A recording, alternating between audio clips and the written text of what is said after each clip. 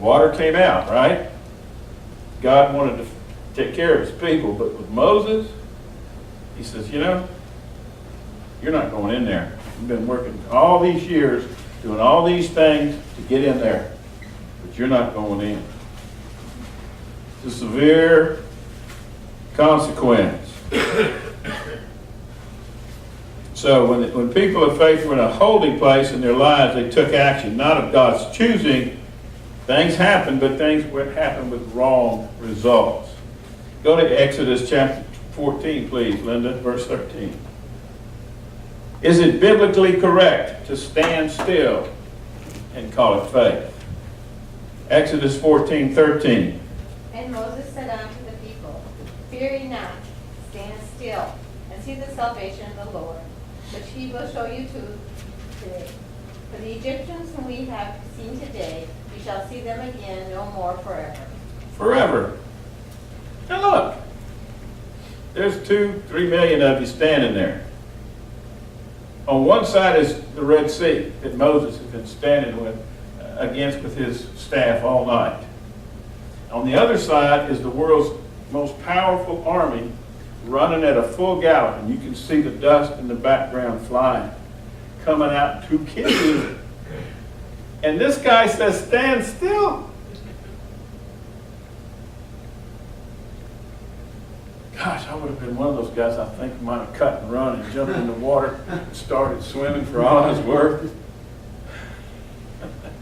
What would have happened if that happened? But what did happen? See? God opened it up. Opened it up. And people walked across as though it was dry ground. Let me give you a good working definition of faith. Faith is simply to be in total agreement with God. Just be in total agreement with God. If he tells you something and you have that assurance that it's him speaking, just agree with him and do whatever it says to do. If you take action and you're doing so without being in agreement with God, well, I think it was gone. I think it might have been. But you know darn good well it's something you really just want to do. What is that? That's presumption. Presumption will get you in trouble quickly. Presumption. See, faith is either accompanied by or produces understanding, because faith understands God. Y'all listen. Now, obedience and trust may be a little fuzzy. We may have to step out in a journey before we see the whole picture.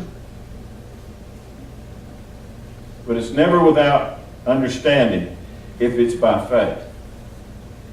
You know, I think about Noah, and I think when Noah really realized the impact of what had been going on for 120 years, just picture this one morning, the sun's starting to come up, and he's on the bow of the ark, and he's looking out, and he sees a funny sight.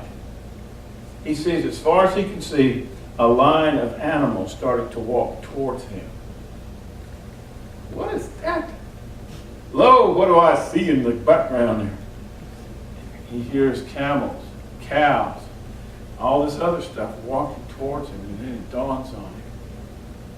Boy, that vision he had earlier gets real big. And I'm going to tell you from experience, when you start walking out of vision, it starts this way, but then it gets bigger and bigger.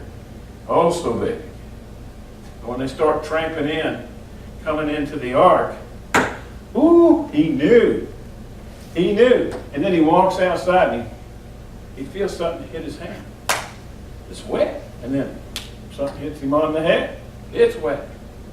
Oh, this is it. And I think he was so dumbfounded he couldn't shut the door. And the Bible says God shut the door. Get in there. See? Are y'all hearing me?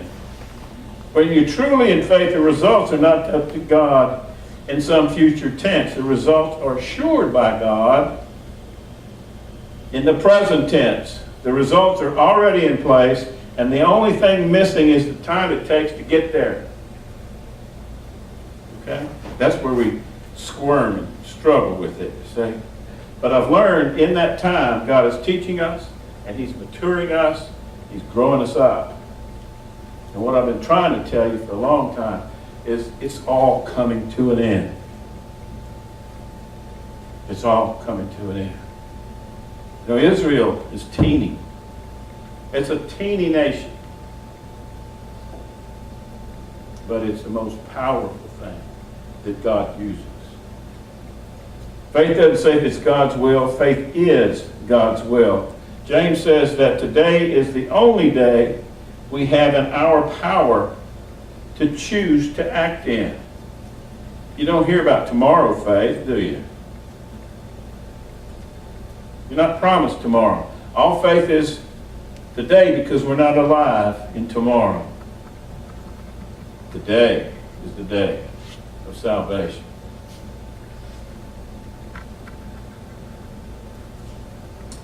We may have to obey before actually seeing the results. We have to do this quite often. I've had to do it. Abram didn't actually see the land that promised, but he moved out in absolute agreement with what he heard God say and the assurance that he knew who said it. There was a man named John G. Lake. You've heard me talk about him before.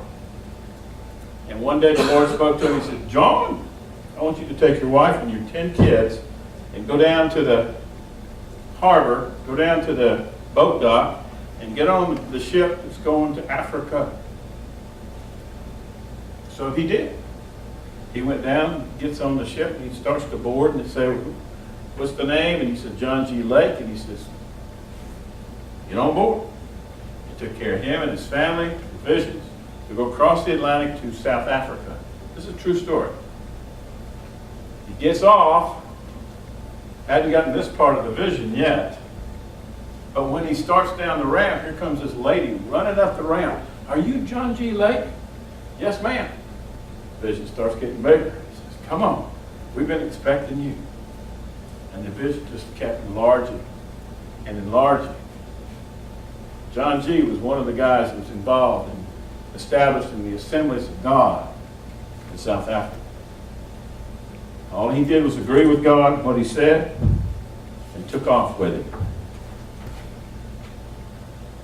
Sometimes we have to trust without literally seeing what's going to happen. You might have to do this often.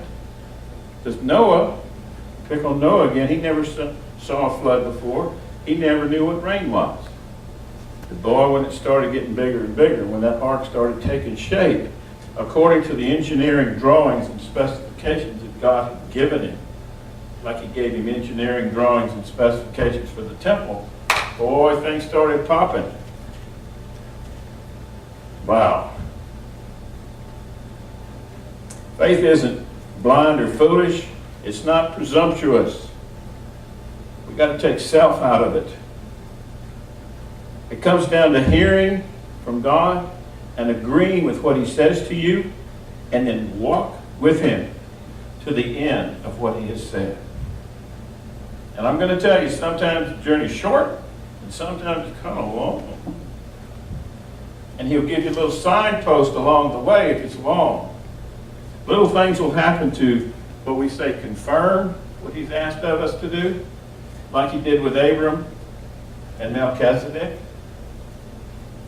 When he ran into Melchizedek in the wilderness, and they broke bread and had communion together, and he shared his heart one with another, and he was so impressed he started tithing to it. There's a signpost. You're on the right track, buddy. Keep going. Okay?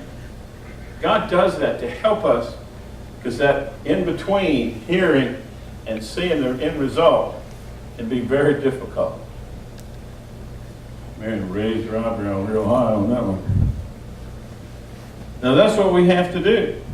So, without faith, you can't please God. But with him, he can take you anywhere. He'll take you anywhere. Well, I hope you're hearing what I'm saying to you today. If I can get Sylvia to come down, and Dee, if you'll light the candles, and Paul, if you'll cut out the lights.